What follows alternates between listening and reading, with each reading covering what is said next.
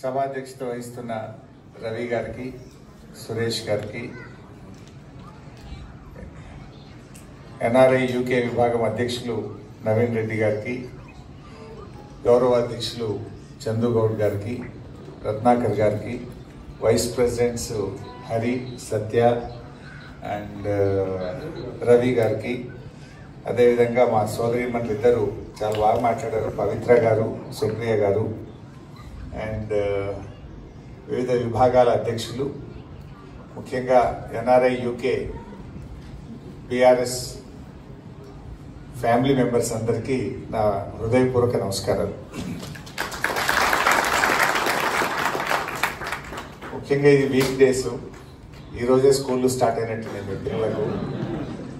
మళ్ళీ రేపు పిల్లలు స్కూల్కి వెళ్ళాలి. I don't know how much time you have, ఎంత టైం తీసుకోవాలనేది కూడా ఇంపార్టెంట్. ఎందుకంటే పిల్లలు స్కూల్కి వెళ్ళాలి, మీరు వెళ్ళాలి. వీకెండ్ అయి ఉంటే మనం లేట్ ఈవినింగ్ 11 అయినా పర్వాలేకుండా ఉండేది. బట్ మిత్రులేమో కాళేశ్వరం మీద మాట్లాడాలి, రన్నింగ్ పొలిటికల్ సబ్జెక్ట్స్ అన్నీ మాట్లాడాలని మీరు ఎక్స్పెక్ట్ చేస్తున్నట్టున్నారు. But I don't take much time. I know మీకు కూడా రేపు అంతా కూడా బిజీ షెడ్యూల్ ఉంటుంది కనుక ఒక 25-30 మినిట్స్లో ముగించే ప్రయత్నం చేస్తాను. నెక్స్ట్ టైం ఎట్లా నా డాటర్ ఇక్కడ జాయిన్ అయింది కనుక మధ్య మధ్యలో రావాల్సి ఉంటుంది. ఈసారి వచ్చినప్పుడు ఏదైనా వీకెండ్ చూసి ప్లాన్ చేసుకుంటాం. ముఖ్యంగా ఇవాళ అనిల్ కుర్మాచలం లేని లోటు కూడా నాకు కనబడతా ఉంది. అనిల్ 2012లో నేను 13లో వచ్చినప్పుడు అప్పుడు ఐ థింక్ ఫస్ట్ మీటింగ్ నాతోనే అనిల్ ఏర్పాటు చేసినారు. మీలో చాలా మంది ఆ రోజు పాల్గొన్నారు, ఈ రోజు పాల్గొన్నారు. I'm so happy. ముఖ్యంగా ఎన్ఆర్ఐ బీఆర్ఎస్ పార్టీ ఫస్ట్ పుట్టిందే మన లండన్లో పుట్టింది, యూకేలో పుట్టింది. మీ ఇన్స్పిరేషన్ మొత్తం ప్రపంచవ్యాప్తంగా ఈరోజు గులాబీ జెండా పాకిందంటే ఎన్ఆర్ఐ యూకే కృషి వల్ల, మీ ఇన్స్పిరేషన్ వల్ల, మీ ప్రయత్నం వల్లనే అని చెప్పుకోక తప్పదు. అంతేకాదు ముఖ్యంగా మన కల్చర్ను కూడా, మన బతుకమ్మను, మన బోనాలను కూడా అద్భుతంగా లండన్లో ప్రారంభించి ప్రపంచవ్యాప్తంగా కూడా జరగడానికి దోహదపడ్డది కూడా ఎన్ఆర్ఐ యూకే విభాగం. సో అంతా మీరు చాలా బాగా ఒక మంచి టీం వర్క్ చేశారు. మరి ఎన్నో సందర్భాల్లో అక్కడ మేము ప్రొటెస్ట్ చేస్తూ ఉంటే దాన్ని ఇక్కడ మీరు ప్రొటెస్ట్ చేస్తూ మన ఇండియన్ గవర్నమెంట్ కూడా రికగ్నైజ్ చేసే విధంగా ఆనాటి భారత ప్రభుత్వం కూడా ఇది తెలంగాణ ఉద్యమం అంటే ఏదో కొద్దిమంది నాయకులదే కాదు, ప్రపంచవ్యాప్తంగా ఉండే ఇంటెలెక్చువల్స్ అడుగుతున్నారు, ఎన్ఆర్ఐస్ అడుగుతున్నారు, ఈ రాష్ట్రం ఏర్పడాల్సిందే అని చెప్పి ఆనాటి మీ పోరాటం ఎంతో ఉద్యమానికి ఊతమిచ్చింది, ఉద్యమాన్ని ఉరూతలుగించింది, రాష్ట్ర ఏర్పాటుకు దోహదపడ్డది. So I thank each and everyone. ఆ రోజు నుంచి ఈ రోజు వరకు కేసీఆర్ గారి నాయకత్వానికి సపోర్ట్ చేస్తూ ఈ గులాబీ జెండాను ముందుకు తీసుకుపోయిన మా యూకే ఎన్ఆర్ఐ విభాగం ఈరోజు మీటింగ్లో ఉండొచ్చు, ఉండకపోవచ్చు. కష్టపడ్డ ప్రతి ఒక్క వ్యక్తికి నేను యావత్ తెలంగాణ ప్రజల పక్షాన, బీఆర్ఎస్ పక్షాన వారికి హృదయపూర్వక ధన్యవాదాలు తెలియజేస్తా ఉన్నాను. మిత్రులారా, సరే చాలా విషయాలు మీకు తెలుసు. ఈరోజు బీఆర్ఎస్ పార్టీ కేసీఆర్ గారి నాయకత్వంలో ఎన్నో అద్భుతాలు సాధించింది. ఒకప్పుడు భారతదేశంలో ఏముండేదంటే బెంగాల్ ఆచరిస్తుంది, దేశం అనుసరిస్తుంది అనేవారు. కానీ కేసీఆర్ గారు చరిత్రను తిరగరాసిండ్రు, తెలంగాణ ఆచరిస్తుంది, భారతదేశం అనుసరిస్తుంది అని అంత గొప్పగా 10 ఏళ్లలో చేసి చూపించారు కేసీఆర్. ఇదేదో పొలిటికల్ స్పీచ్ కాదు. మీరు లాస్ట్ 10 years లో చూస్తే, మీరు గూగుల్లో సెర్చ్ చేస్తే పర్ క్యాపిటా ఇన్కమ్ లో మన తెలంగాణ రాష్ట్రం దేశంలో అగ్రగామిగా ఉంటుంది. పర్ క్యాపిటా పవర్ కన్జంప్షన్ లో ఇండియాలో మనం టాప్ 2-3లో ఉంటాం. మన జిఎస్డిపి గ్రోత్ రేట్ లో ఇండియాలో ఏ స్టేట్ కూడా మన దరిదాపుల్లో కూడా జిఎస్డిపి గ్రోత్ రేట్ లో ఉండదు. ఎవ్రీ హౌస్ హోల్డ్, ప్రతి ఇంటికి స్వచ్ఛమైన త్రాగునీరు అందించింది కేసీఆర్ గారు. యాక్చువల్గా మన ఎలక్షన్ మేనిఫెస్టోలో పెట్టలే, కానీ కేసీఆర్ గారు తనకు తానే డెడ్ లైన్ పెట్టుకున్నాడు. ఓ రోజు అసెంబ్లీలో మాట్లాడుతూ వచ్చే 3 ఏళ్లలో ప్రతి ఇంటికి త్రాగునీరు ఇవ్వకపోతే మళ్ళీ ఎన్నికల్లో పోటీ చెయ్యము అని చెప్పాడు కేసీఆర్. మా గుండెలు అదిరిపోయినాయి అసెంబ్లీలో ఉన్నాం, ఇంత ధైర్యంగా చెప్పిండు అని. ఎందుకంటే మనకంటే ముందు 60 ఏళ్ళు పాలించిన వాళ్ళు ఉన్నారు.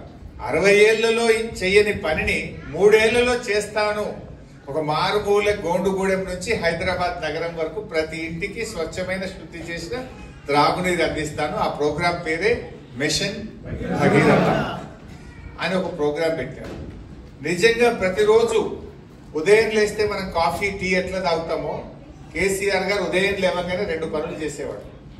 పవర్, అసలు మనం బీఆర్ఎస్ పార్టీ అధికారంలోకి వచ్చినాడు రాష్ట్రంలో హైదరాబాద్ లో 4 hours పవర్ హాలిడే. గ్రామీణ ప్రాంతాల్లో అయితే పొద్దున 6ంటికి పోతే రాత్రి 6ంటి దాకా కరెంట్ రాదు. కరీంనగర్, వరంగల్, ఖమ్మం, నల్గొండ, నిజామాబాద్ ఇట్లాంటి జిల్లా హెడ్ క్వార్టర్స్ అయితే daily 6 hours power cut. Industries కు 3 days పవర్ హాలిడే. ఆ సిచ్యువేషన్ లో రాష్ట్రం ఏర్పడ్డది. కానీ 1 year లో ఎగ్జాక్ట్లీ ఇన్ ఇయర్ అది గ్రామీణ ప్రాంతమా, పట్టణ ప్రాంతమా, హైదరాబాద్ నగరమా, అది పరిశ్రమల, గృహ అవసరాల, వ్యవసాయమా, ఎవ్రీ కన్స్యూమర్ 24/7 క్వాలిటీ పవర్ ఒక్క సంవత్సరంలో ఇచ్చి చూపించాడు కేసీఆర్. అంటే 50 ఏళ్లలో కాని పనిని ఒక్క సంవత్సరంలో చేసి చూపించింది బీఆర్ఎస్ ప్రభుత్వం. అంటే అది కమిట్మెంట్, డెడికేషన్. ఉదయాన్నే మనం కాఫీ తాగినట్టు కేసీఆర్ గారు పొద్దున్న లేవగానే ఇలా పవర్ డిమాండ్ ఎంత, ప్రొడక్షన్ ఎంత, what is the gap, how to meet it out, ఎంత పర్చేస్ చేయాలి అవసరమైంది అని ఉదయాన్నే ఫస్ట్ తన ఐప్యాడ్ తీసుకొని పవర్ డిపార్ట్మెంట్ చూసేవారు. దెన్ మిషన్ భగీరథ ప్రోగ్రెస్ చూసేవారు. ఇట్లా ఒక డెడికేషన్ తో పనిచేసినారు. Not like a chief minister, ఈ work like a CEO of an organisation. అంత డెడికేటెడ్ గా, ఫోకస్డ్ గా పనిచేయడం వల్ల ఆ రకమైన అద్భుతమైన ఫలితాలు వచ్చినాయి. సో మనం చేసిన తర్వాత ఇండియా, భారత ప్రభుత్వం తెలంగాణ వైపు చూసింది. ఆ మిషన్ కాకతీయాన్ని రిప్లేస్ చేసి హర్ ఘర్ కో జల్ అని ఒక ప్రోగ్రామ్ స్టార్ట్ చేసింది. ఇండియా మొత్తం కూడా మేము నీళ్లు ఇస్తాం. ఫస్ట్ టార్గెట్ 2020 పెట్టిండ్రు, 23 పెట్టిండ్రు, ఇప్పుడు 25 పెట్టిండ్రు, మళ్ళీ ఇప్పుడు 28 కు ఎక్స్టెండ్ చేసిండ్రు. 3 ఏళ్లలో చేస్తామంటే కేసీఆర్ 3 ఏళ్లలో చేశారు. 10 ఏళ్ళు అయినా కూడా ఇంకా భారతదేశంలో ఆ ప్రోగ్రామ్ ఇంకా పూర్తి కాలేదు. సరే, అఫ్ కోర్స్ మనం ఈ దేశానికి ఉపయోగపడ్డాం, ఈ దేశానికి మార్గదర్శకంగా నిలిచాం. మనం పెట్టిన పేరు మిషన్ భగీరథ, కేంద్ర ప్రభుత్వం పెట్టింది హర్ ఘర్ కో జల్. ఈ రోజు ఒక 70-80% ఆఫ్ ఇండియా కంప్లీట్ అయింది. ఇంకో 20% ఉంది, ఇంకో 2-3 years లో కావచ్చు.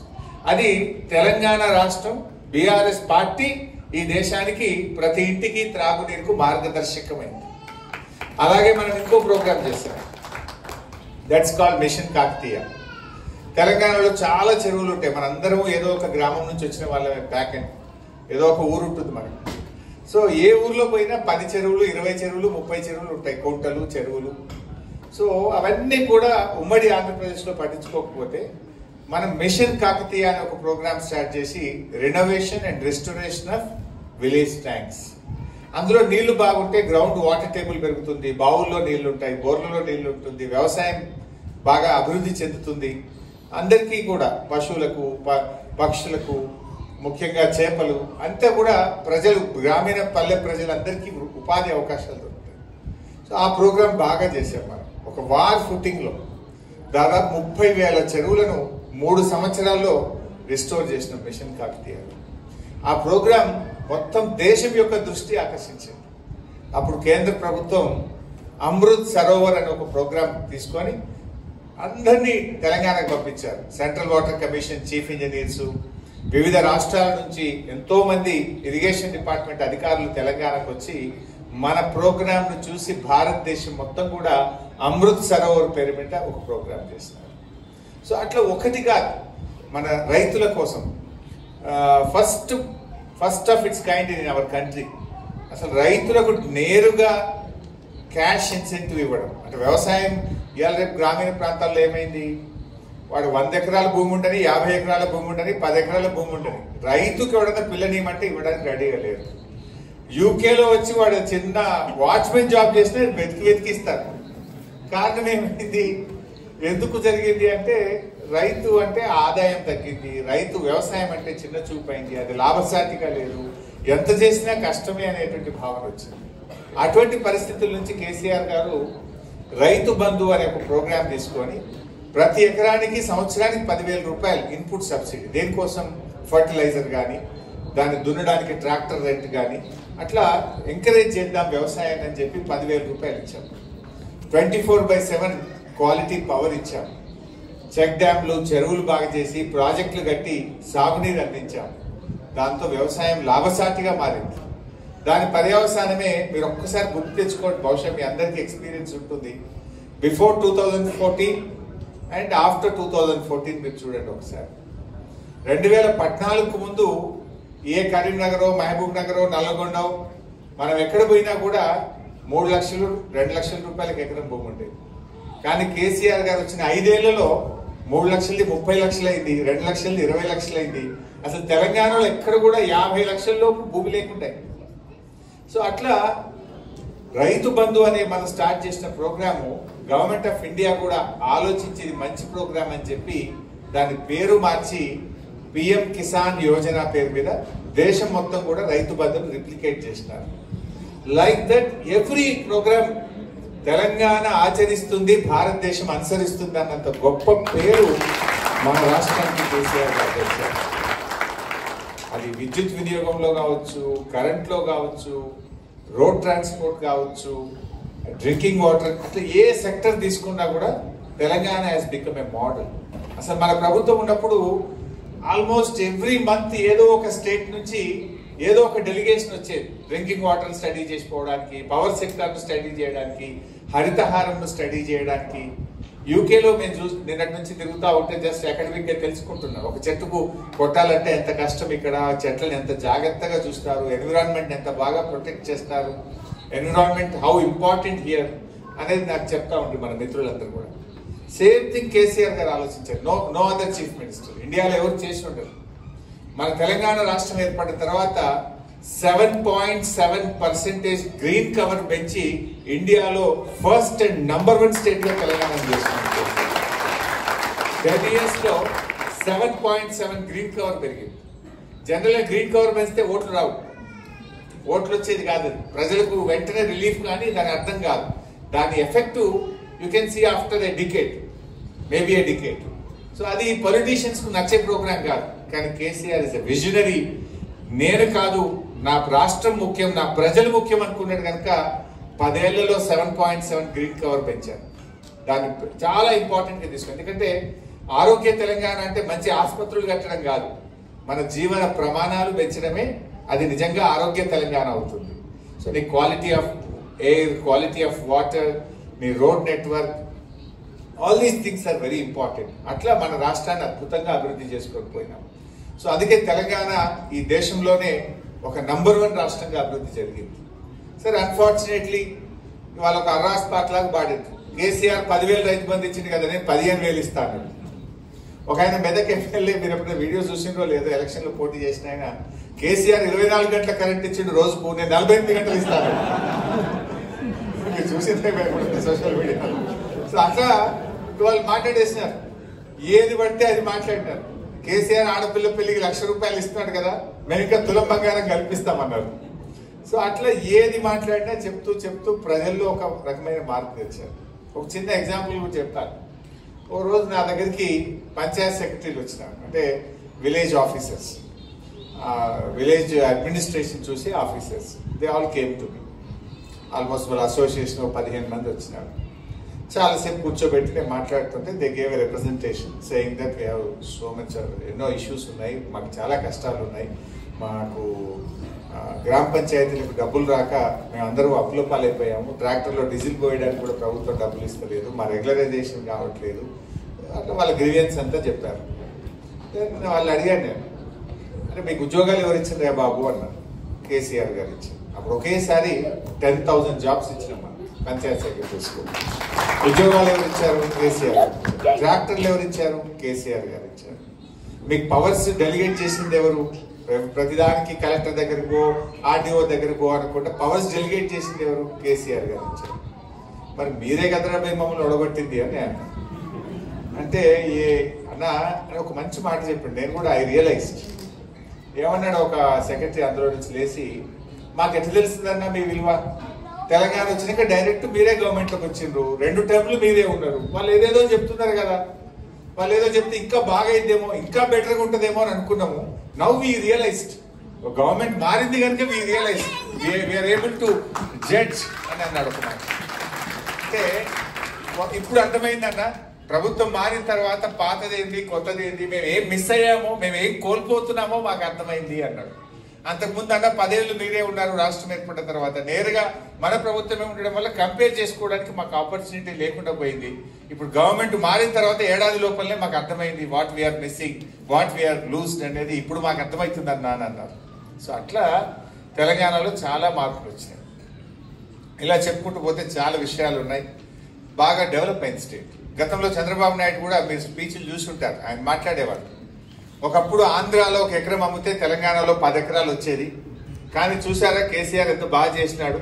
ఇప్పుడు తెలంగాణలో ఎకరం అమ్మితే ఆంధ్రాలో 10 ఎకరాలు వస్తుంది అని మనం మాట్లాడలేదు, చంద్రబాబు నాయుడే మాట్లాడారు. That is the change you have showed. But today what happen? Back and ఒకసారి మీ అమ్మకో నాన్నకో ఫోన్ చేయండి, లేదా మీ రిలేటివ్స్కి ఫోన్ చేయండి, మీ డిస్ట్రిక్ట్లో, మీ విలేజ్లో, మీ తాలూకాలో ఫోన్ చేయండి. ఈరోజు ఎవరైనా భూమి అమ్ముతా అంటే కొనేవాడు లేడు.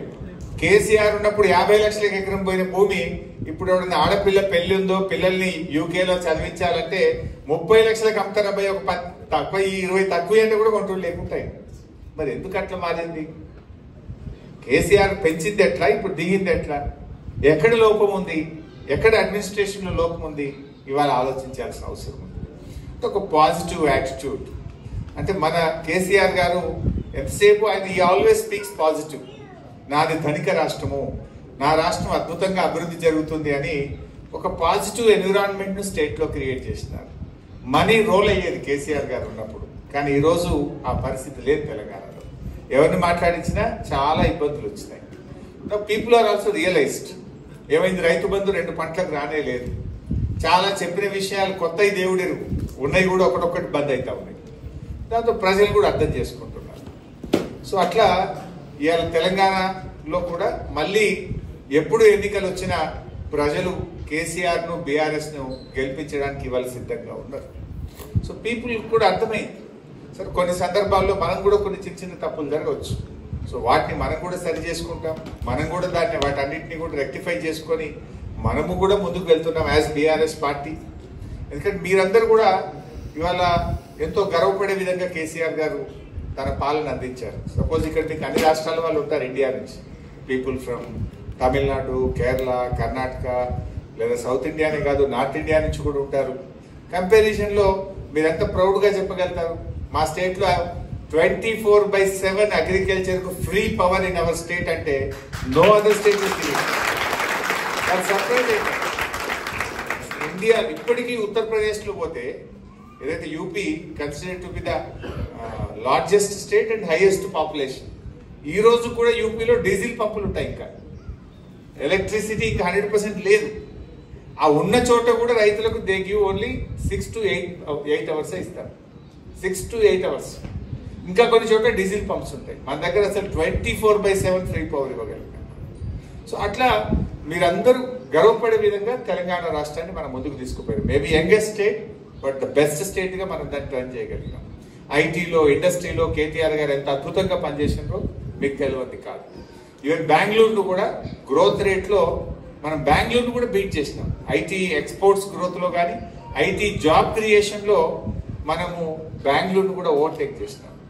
సో అట్లా అనేక సెక్టర్స్, ఈ సెక్టర్ ఆ సెక్టర్ కాదు, ఈవెన్ హెల్త్ సెక్టర్ లో కూడా mother mortality rate, child mortality రేట్లు తగ్గిస్తూ ఇండియాలో 3rd ప్లేస్కి వచ్చినాం. ఒకప్పుడు తెలంగాణ రాకముందు మనం ఎక్కడో 12th, 13th ప్లేస్లో ఉండేవాళ్ళం. దాన్ని తగ్గించి మనం 3rd ప్లేస్కి వచ్చినాం. మనకంటే ముందు తమిళనాడు, మహారాష్ట్ర ఉండే. బీఆర్ఎస్ ఉంటే ఈ పార్టీకి నెంబర్ 1 అయ్యి ఉండేవాళ్ళం. సో అట్లా మేము స్లోగా పనిచేస్తూ నెంబర్ 3కి తెచ్చాం హెల్త్ సెక్టర్లో కూడా. లైక్ ఎవ్రీ సెక్టర్ అట్లా పనిచేస్తూ అద్భుతంగా ముందుకు పోయాం. బట్ ఈరోజు ఏం జరుగుతుందో మీకు తెలుసు. ఎంతసేపు ఇప్పుడు కొత్త ప్రభుత్వం వచ్చిన తర్వాత పర్ఫార్మెన్స్ లో కాకుండా వాళ్ళు ఏదో ఒక గోబల్స్ ప్రచారం, మన మీద ఈ కమిషన్ వేసినాము, ఆ ఎంక్వైరీ చేసినాము, దీంతో కాలం గడిపే ప్రయత్నం చేస్తున్నాం. అంటే నెగటివ్ యాటిట్యూడ్. ప్రజలకు కావాల్సింది పర్ఫార్మెన్స్ కావాలి, రిలీఫ్ కావాలి, బెటర్ పర్ఫార్మెన్స్, బెటర్ డెలివరీ కావాలి. బట్ వీళ్ళకి ఆ ఆలోచన లేదు. ఇవాళ అవినీతి విపరీతంగా పెరిగిపోయింది రాష్ట్రంలో. మీరు ఎవరిని అడిగినా చెప్తారు. అసలు ఏ గవర్నమెంట్ ఆఫీస్ పోయినా, మున్సిపల్ అడ్మినిస్ట్రేషన్ డిపార్ట్మెంట్ పోయినా, రిజిస్ట్రేషన్ డిపార్ట్మెంట్ పోయినా, రెవెన్యూ డిపార్ట్మెంట్ పోయినా చాలా ఇబ్బందిగా ఉంది ప్రజలకు. అది నేను చెప్పాల్సిన అవసరం లేదు, మీకే ఫీడ్బ్యాక్ ఉంటుంది. సరే, కాళేశ్వరం గురించి మిత్రులు మాట్లాడమన్నారు కానీ అది మాట్లాడితే ఒక గంట సబ్జెక్టు, నేను అంతసేపు చెప్పలేను, 5-10 minutesలో చెప్పేస్తే. మీ ఐ కెన్ అండర్స్టాండ్, చిన్నపిల్లలు వచ్చారు పాపం, ఇంతమంది మా సోదరిమణులు వచ్చారు. I can't test your patience, so I will finish in 10 minutes. So Kaleshwaram విషయానికి వచ్చారు. సో కాళేశ్వరం మీరు పదే పదే వినుంటారు. కాళేశ్వరం అంటే 1,00,000 కోట్ల రూపాయలు పోయినాయని, లేదా కాళేశ్వరం కూలేశ్వరం అయిందని, ఇలాంటి ఒక గ్లోబల్ విస్పర్ క్యాంపెయిన్ ఒకటి చేస్తూ ఉన్నారు. యాక్చువల్ వాట్ ఈస్ కాళేశ్వరం అంటే, సింపుల్గా చెప్పాలంటే, కాళేశ్వరం ప్రాజెక్టులో 3 బ్యారేజీలు, 15 రిజర్వాయర్లు, 19 సబ్స్టేషన్లు, 21 పంప్ హౌస్లు, 203 kilometers tunnel, 1,531 kilometers gravity canal, 98 kilometers of pressure main, 540 meters of pumping system. All these together is a Kaleshwaram. So, beauty of Kaleshwaram is manchi good year. This year is last year and this year is a very good rainfall. Mana state lo manchi varshpatam undi. When you have a good rainfall, మనకు SRSP నుంచి mid Maner, ఎక్కడైతే సిరిసిల్ల దగ్గర mid Maner ఉంటుందో SRSP నుంచి mid మానేర్కు నీళ్ళు వస్తాయి by gravity. You will operate the motors and pumps of Kaleshwaram from mid maner itself. You don't operate from Ellampalli or you don't operate from Kaleshwaram, Medigatta. You will operate from mid maner itself. అంటే 50% సిస్టమే నడుస్తుంది, but ఆయకట్టు 37 lakh acres కు ఆయకట్టుకు నీళ్ళు వస్తాయి good ఇయర్లో. Average rainfall ఉంది. అప్పుడు ఏమవుతుందంటే we'll operate motors from Yellampalli. మన కడెం రిజర్వాయర్, ఆదిలాబాద్లోని కడెం నుంచి మంచి వరద ఎల్లంపల్లికి వస్తే, ఎల్లంపల్లి నుంచి మోటార్ లాంచ్ చేసుకుంటే మనము కాళేశ్వరం సిస్టమ్ పనిచేస్తుంది. So bad year, less rainfall ఉన్నప్పుడు తప్పనిసరిగా నీళ్లు ఉండేటువంటి పాయింట్ మేడిగడ్డ పాయింట్. అంటే ఎక్కడ వర్షపాతం లేకుండా కూడా ఆ మహారాష్ట్ర అడవుల్లో మరి ఆ ప్రాంతంలో పడ్డ వర్షపు నీరుతో తప్పకుండా నీళ్లుండే ప్రాంతం మేడిగడ్డ ప్రాంతం. దట్ ఈస్ ద, ఇక ఎంత క్రైసిస్ లో కూడా అక్కడ తప్పకుండా నీళ్లు ఉంటాయి. కాళేశ్వరం అంటే ఏంటి అసలు? 37 లక్షల ఎకరాలకు సాగునీరు అందిస్తుంది. 60% ఆఫ్ తెలంగాణకు డ్రింకింగ్ వాటర్ ఇస్తుంది. ఇండస్ట్రీకి 16 TMC ఆఫ్ వాటర్ పెట్టాం. ఇండస్ట్రీకి ఉంటుంది, డ్రింకింగ్ వాటర్ ఇంక్లూడింగ్ హైదరాబాద్తో పాటు 60% ఆఫ్ తెలంగాణకు డ్రింకింగ్ వాటర్ ఇస్తుంది. అదేవిధంగా 37 లక్షల ఎకరాలకు సాగునీరు అందిస్తుంది. సో ఇలాంటి బ్యూటిఫుల్ ప్రాజెక్ట్. ఇందులో ఏం జరిగింది యాక్చువల్గా? అన్ఫార్చునేట్లీ 3 బ్యారేజెస్ అని చెప్పాను నేను. Before 3 barrages, all the 15 reservoirs with a capacity of 141 TMC, 141 TMCల సామర్థ్యం కలిగిన 15 రిజర్వాయర్లు దే ఆర్ ఇంటాక్ట్. ఇప్పుడు ఉదాహరణకు Mallanna Sagar, the biggest reservoir with 50 TMC capacity. మొన్న రేవంత్ రెడ్డి గారు ఆ మల్లన్న సాగర్ నుంచి హైదరాబాద్ మూసీకి నేను నీళ్లు తీసుకెళ్తాను, మూసీ మురికి నీరును పారదోలడానికి ఈ కాళేశ్వరం నీళ్లను మల్లన్న సాగర్ నుంచి తీసుకెళ్లి మూసీలో వదిలితే ఆ మురికంతా కొట్టుకుపోతుందని ఒక 7,000 కోట్ల రూపాయలతో టెండర్ పిలిచినాడు. వర్క్ జరుగుతావు. మరి కాళేశ్వరమే కూలిపోతే ఈ 7,000 కోట్ల రూపాయలతో ఎందుకు టెండర్ పిలిచావు అంటే there is no answer in the assembly. మొన్న అడిగాను నేను, దానికి ఆన్సర్ లేదు. ఆయన మళ్ళీ ఒకటి గంధమల్ల అని నల్గొండ డిస్ట్రిక్ట్ ఆలేరు నియోజకవర్గంలో ఒక రిజర్వాయర్కు ఫౌండేషన్ వేసినాడు సీఎం వెళ్ళి. ఆ గంధమల్లకి ఎక్కడి నుంచి నీళ్లు పోతాయి? మల్లన్న సాగర్. కాళేశ్వరంలో అంతర్భాగంగా నిర్మించిన largest reservoir with 50 TMC capacity called Mallanna Sagar. Mallanna Sagar నుంచే గంధమల్లకు పో. నువ్వే కాళేశ్వరం కూలింది అంటావు. 3,000 కోట్ల రూపాయలతో గంధమల్ల రిజర్వాయర్ కట్ట, దాని కింద 1,00,000 ఎకరాలకు నీళ్లు ఇస్తాడు. Source is Kaleshwaram and Mallanna Sagar. Double standards. Number 1. Number 2, Uttam మాట్లాడుతూ మన అసెంబ్లీలో అన్నాడు, ఏమన్నాడు? అసలు వితౌట్ కాళేశ్వరం ఈసారి చాలా పంట పండింది, హైయెస్ట్ క్రాప్ ఈల్డ్, అత్యధికంగా పంట పండింది, అసలు రికార్డు పంట పండింది, కాళేశ్వరమే లేదు అన్నాడు. నేను సింపుల్గా లేచి ఒక క్వశ్చన్ అడిగిన, 2 years అయింది మీ గవర్నమెంట్ వచ్చి, ఒక్క చెరువు దవ్వినారా? ఒక్క చెక్ డ్యామ్ ఏమైనా కట్టినారా? ఒక ప్రాజెక్ట్ ఏమైనా కట్టినరా? ఒక కాలువ ఏమైనా తవ్వారా? మీ 2 years లో ఒక్క ఎకరానికి ఎక్కడన్నా అడిషనల్ గా వాటర్ ఇచ్చారా? ఇస్తే చెప్పు దాని పేరు అన్న. మమ్ సైలెన్స్. మరి నువ్వు ఒక్క ఎకరానికి నీళ్ళు ఇవ్వలేదు, ఒక ప్రాజెక్ట్ కట్టలే, ఒక చెరువు దవ్వలే, ఒక కాలువ దవ్వలేదు, ఎక్కడి నుంచి పండింది? All this is done by BRS government in the last 10 years. So Kaleshwaram వాడలేదంటాడు. నేను ఇందాకే చెప్పిన మీకు, in a good year will operate pumps and motors from Mid Manair. మనకు బాగా వర్షాలు పడ్డాయి కనుక they have operated from Mid Manair. Medigadda point use చేయలేదు. మిడ్-మానేర్లో మోటార్ ఎత్తితే మానకొండూరు నియోజకవర్గంలో అన్నపూర్ణ రిజర్వాయర్కి వెళ్తాయి. అన్నపూర్ణలో మోటార్లు ఎత్తితే సిద్దిపేట నియోజకవర్గంలో రంగనాయక్ సాగర్కి వస్తాయి. రంగనాయక్ సాగర్లో మోటార్లు ఎత్తితే మల్లన్న సాగర్కి వెళ్తాయి. మల్లన్న సాగర్లో మోటార్ ఎత్తితే కొండపోచమ్మ సాగర్ వెళ్తాయి. ఇప్పుడు సిద్దిపేటలో నా కాన్స్టిట్యున్సీలో రంగనాయక్ సాగర్ కింద 1,00,000 ఎకరాల పంట పండుతుంది. బిఫోర్ తెలంగాణ జీరో ఆయకట్టు, అంటే ఇరిగేషనే లేదు. There is no irrigation system. ఈ గవర్నమెంట్ వచ్చినాక గవర్నమెంట్ తరఫున కొండా సురేఖ మినిస్టర్ వచ్చి ఆడ మోటార్ వచ్చి 1,00,000 ఎకరాలకు నీళ్లు విడుదల చేసిన స్టేట్మెంట్ ఇస్తుంది. రేవంత్ రెడ్డి అంటాడు కాళేశ్వరం కూలిపోయింది, 1 ఎకరం వస్తలేదు అంటాడు. All double standards. So actual జరిగింది ఏంటి? నేను చెప్పినట్టుగా all the system is intact. So 3 బ్యారేజీల్లో first barrage called Sundilla, then Annaram, then Medigadda. ఈ Sundilla is intact, Annaram is intact. అసెంబ్లీలో కోదండరామ్ గారు క్వశ్చన్ అడిగాడు, మేడిగడ్డలాగా సుందిల్లా అన్నారం కూడా కూలిపోతాయా అని నిపుణులు చెప్తున్నారా అని అసెంబ్లీలో క్వశ్చన్ అడిగాడు. కానీ ఉత్తమ్ ఏం చెప్పిండు answer? No, they are perfect, అవి బాగున్నాయి అని చెప్పిండు ఆయన. ఆ తర్వాత వచ్చింది మేడిగడ్డ బ్యారేజ్. మేడిగడ్డలో 84 గేట్స్, 85 పియర్స్, 2 పిల్లర్ల మధ్య ఉండేది gate. There are 7 blocks, 85 piers, 84 gates. So ఈ 84 గేట్స్ ఆర్ ఇంటాక్ట్. 85 పియర్స్ లో 3 పియర్లు కుంగినాయి అంతే. అది సంఖ్య, ఇది కూలి కూడా పోలే, కుంగినాయి. 3 పిల్లర్లు కుంగినాయి out of 85. Out of 84 gates, 85 piers. 85 piers లో 3 పియర్స్ కుంగినాయి ఇన్ బ్లాక్ 7. NDSA రిపోర్ట్ అంటే వాట్ NDSA సెడ్? మొత్తం ఆ block 7 out of 7 blocks 6 blocks are intact. Block 7 replace చేసి మళ్ళీ కట్టండి, you can operate the system అని NDSA చెప్పింది. వాడేమంటాడు, దానికి అది చేయకుండా 2 years నుంచి టైం వేస్ట్ చేసి మొత్తం కాళేశ్వరం పోలేదు అంటాడు. ఒక గోబల్స్ ప్రచారానికి పాల్పడతాం. నేను మొన్న అసెంబ్లీలో అడిగిన, మరి మీ కాంగ్రెస్ ప్రభుత్వమే కట్టి కాంగ్రెస్ హయాంలో కూలిన కడెం ప్రాజెక్ట్ సంగతి ఏంది, ఎల్లంపల్లి ప్రాజెక్ట్ సంగతి ఏంది, పెద్దవాగు ప్రాజెక్ట్ సంగతి ఏంది? మొత్తానికి ప్రాజెక్ట్ వాష్అవుట్ అయింది. ఇక్కడ project is 99.5% is intact. Only 3 piers has సంక్.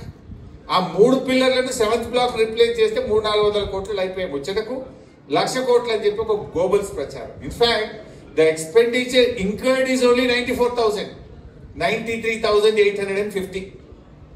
They say 1,00,000 కోట్ల కుంభకోణం. The expenditure incurred itself, it is 93,850. Out of that, 99.5% is intact. అంటే ఈ రకంగా ఇంకా ఎంతకాలం ఇలా చేయగలుగుతారు? ప్రజలేమి ఇన్నోసెంట్ కాదు కదా. నేను ఆయన ఎమ్మెల్సీ నాగేశ్వర్ గారు ఏదో చెప్తా ఉండే, నేను టీవీలో చూస్తూ ఉంటే, ఆయన మాట్లాడుతూ ఒక మాట అన్నాడు. నిన్న నాకు చొప్పదండికెళ్ళి ఒక రైతు ఏదో ఫోన్ చేసినాడు, ఏమయ్యా ఎట్లుంది కాళేశ్వరం గురించి ఏమనుకుంటున్నారు అంటే, ఏమున్నా సార్ నేను నాగలి బట్టి దుంతా ఉంటే ఆ ఎద్దు తాడు తెగిపోయింది. తాడు తెగిపోతే ఈ తాడు తయారు చేసినోడు ఎవడు, ఈ తాడులో క్వాలిటీ లేదా, ఈ తాడులో లోపం ఉందా అని తిరుగుతానా సార్, ఇంకో తాడు కట్టి దుంతానా సార్ నేను అన్నాడు.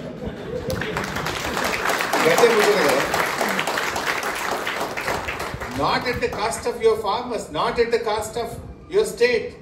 రాజకీయాలు చేయొచ్చు, బట్ రాష్ట్ర ప్రయోజనాలు దెబ్బతీసే విధంగా, రైతు ప్రయోజనాలు దెబ్బతీసే విధంగా కాదు కదా రాజకీయాలు. ఈ రకంగా మన రాష్ట్రంలో ఇట్లాంటివి చేయడం వల్లనే ఈరోజు రాష్ట్రం వెనుకబడతాం.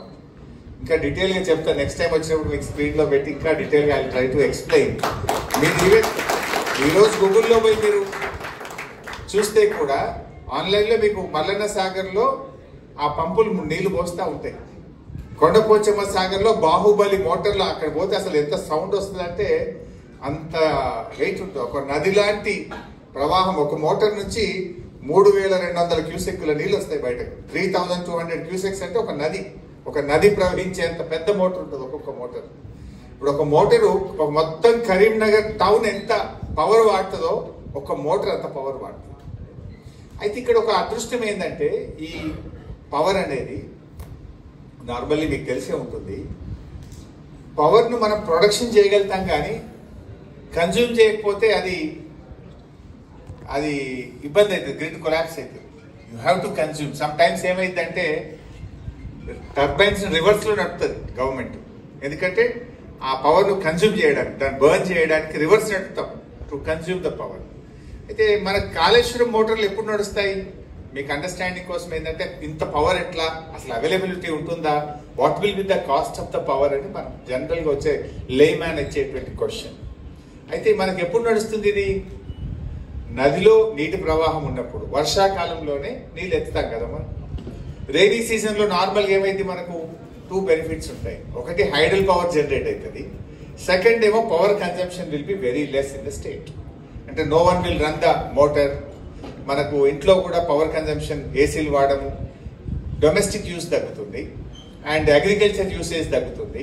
On the other hand you will get hydel power. ఇప్పుడు మనకు జూరాలలో హైడల్ పవర్ వస్తుంది, శ్రీశైలంలో హైడల్ పవర్ వస్తుంది, నాగార్జున సాగర్లో హైడల్ పవర్ వస్తుంది, పులిచింతల్లో హైడల్ పవర్ వస్తుంది.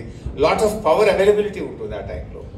మీకు పవర్ ఎట్లా ఉంటుంది అంటే సమ్మర్లో పోతే 8 రూపీస్ యూనిట్ ఉంటుంది మన తెలంగాణలో, మన స్టేట్లో, ఇండియాలో. రైనీ సీజన్లోకి వస్తే 2 రూపీస్కి యూనిట్ దొరుకుతుంది పవర్ ఎక్స్చేంజ్లో. అండ్ పీక్ అవర్స్లో ఈవినింగ్ 6 to 8 6 రూపీస్ ఉంటుంది. డే అంతా 1 రూపీ 2 రూపీస్ పవర్ దొరుకుతుంది. సో అందువల్ల రైనీ సీజన్లో మన స్టేట్ ఇన్స్టాల్ కెపాసిటీ 16,000 మెగావాట్స్, 16,000 మెగావాట్లు మన state install capacity. But rainy సీజన్లో your power consumption will be around 6,000, 5,000, 7,000. Remaining 10,000 either you will shut down or you will run in the reverse mode.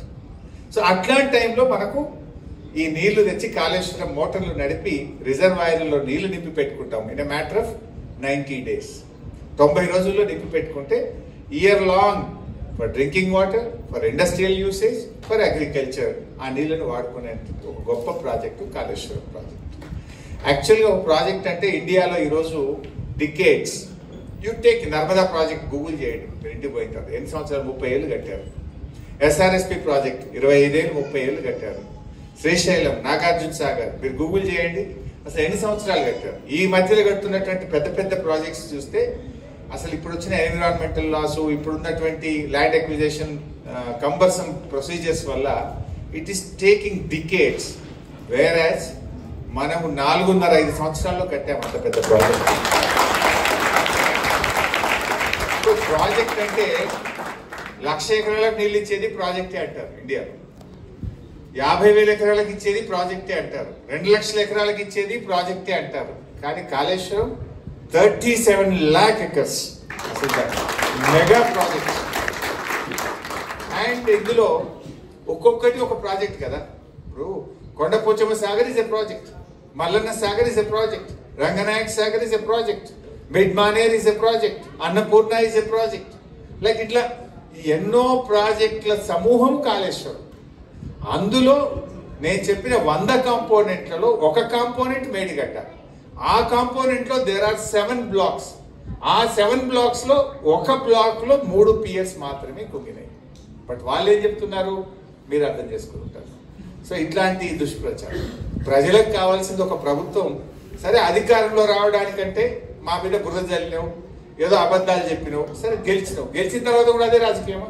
You perform నావు, అది చేయట్లేవారు, delivery లేదు, performance లేదు. They understood they can't deliver. వాళ్ళు చేసిన తప్పుడు చర్యల వల్ల, పిచ్చి పనుల వల్ల ఎకానమీ స్లో డౌన్ అయింది. హైదరాబాద్ లో రియల్ ఎస్టేట్ కుప్పకూలిపోయింది. ఇప్పుడు మీ ఎన్ఆర్ఐలు కూడా ఇప్పుడు ఆడ ఫ్లాట్ కొనాలంటే ఆలోచిస్తారు. హైడ్రానట, ఇంకేందోనట భయపెట్టేసిండు రేవంత్ రెడ్డి. మిమ్మల్ని భయపెట్టినా లేదా? 4 సార్లు ఆలోచిస్తుంది. ఏమో రేట్స్ పెరుగుతలేవు, ఇంకా తగ్గుతున్నాయట కదా, ఇంకా కొద్దిగా తగ్గుతాయి ఏమో చూద్దాం, ఇంకా తగ్గుతాయి ఏమో చూద్దాం అనే మూడ్లో ఉన్నారా లేదా మీరు? ఏమో బాగా తగ్గినాయంటే ఇంకేమైనా తగ్గినాక కొందామా, ఇంకేమైనా తగ్గినాక కొందామా అనే మోడకి వచ్చింది. సో అది ఒక గవర్నమెంట్ యొక్క నెగటివ్ యాటిట్యూడ్ వల్ల ఇవాళ తెలంగాణ రాష్ట్రం వెనకడుగు పడతా ఉంది. ప్రజలు ఆలోచనలో పడ్డారు, ప్రజలు రియలైజ్ అయినారు. డెఫినెట్ గా రేపు మళ్ళీ వచ్చేది బీఆర్ఎస్ గవర్నమెంట్ ముమ్మాటికి మళ్ళీ మన రాష్ట్రంలో మీ యొక్క నైతిక మద్దతు, ఎన్ఆర్ఐల యొక్క సహకారం ఎప్పటికి కూడా మర్చిపోలేం. ఇంకా భవిష్యత్తులో నిన్న మా నవీన్ అడిగిండు, అన్న మా ఎన్ఆర్ఐల గురించి మనం ఆలోచిస్తుందా అన్నాడు. తప్పకుండా ఆలోచిస్తాం నవీన్. మొన్న కొద్ది అవకాశాలు తీసుకున్నాం కానీ భవిష్యత్తులో ఎన్ఆర్ఐ వింగ్స్ కు కూడా ఇంకా అన్ని రకాలుగా రాజకీయంగా ఇష్టపడే వాళ్ళకు రాజకీయంగా, ఇంకా ఏ రంగాల్లో ఇష్టపడే వాళ్ళకి ఆయా రంగాల్లో అవకాశం కల్పిస్తుంది. మీ మద్దతు బీఆర్ఎస్ పార్టీకి ఎంతో ఉపయోగం. దయచేసి బ్యాక్ ఎండ్ లో ఫోన్ లో మాట్లాడినప్పుడు కానీ యూరియా కష్టాలు చూస్తుంటారా? బహుశా ఏమంటున్నారో మీరు చూస్తుంటారు. 10 ఏళ్లలో అసలు యూరియా బస్తా కోసం ఎవరు తెలంగాణలో లైన్లో నిలబడలేదు. ఇవాళ అసలు రాత్రి 12 గంటలకు పోయి లైన్లో నిల్చుంటున్నారు, చెప్పులు లైన్లో పెట్టుకుంటారు, పాస్బుక్ లైన్లో పెట్టే పరిస్థితి వచ్చేసింది. అంటే అది గవర్నెన్స్ ఫెయిల్యూర్. 10 years రాని ప్రాబ్లం ఇప్పుడే ఎందుకు రావాలి? లాస్ట్ 10 years లో అంతకుముందు ఉండేది. మరి బీఆర్ఎస్ గవర్నెన్స్ లో ఒక ఫస్ట్ ఇయర్ ఉండే problem second year onward set చేసినాం. Then why not? ఎందుకు దాన్ని కంటిన్యూ చేయలేకపోతున్నాం? మన గవర్నమెంట్, మీకు టైం లేదనుకుంటున్నాను మాట్లాడుతున్నాను. సరే, థ్యాంక్ యూ వెరీ మచ్. నేను మీ అందరి యొక్క నైతిక మద్దతుకు హృదయపూర్వక ధన్యవాదాలు తెలియజేస్తూ, మీ సహకారం ఎప్పుడు ఇదే విధంగా కొనసాగాలని, మీ అందరి గౌరవం, మీ ప్రతిష్ట కలిగే విధంగా బీఆర్ఎస్ పార్టీ ఎప్పుడు మీకు అండదండగా ఉంటుంది. ఎప్పుడు మీరు మన స్టేట్కి వచ్చినా, ఇండియాకి వచ్చినా, ఏ రకమైన సహకారం కావాలన్నా our doors are open. We're with you. Thank you very much.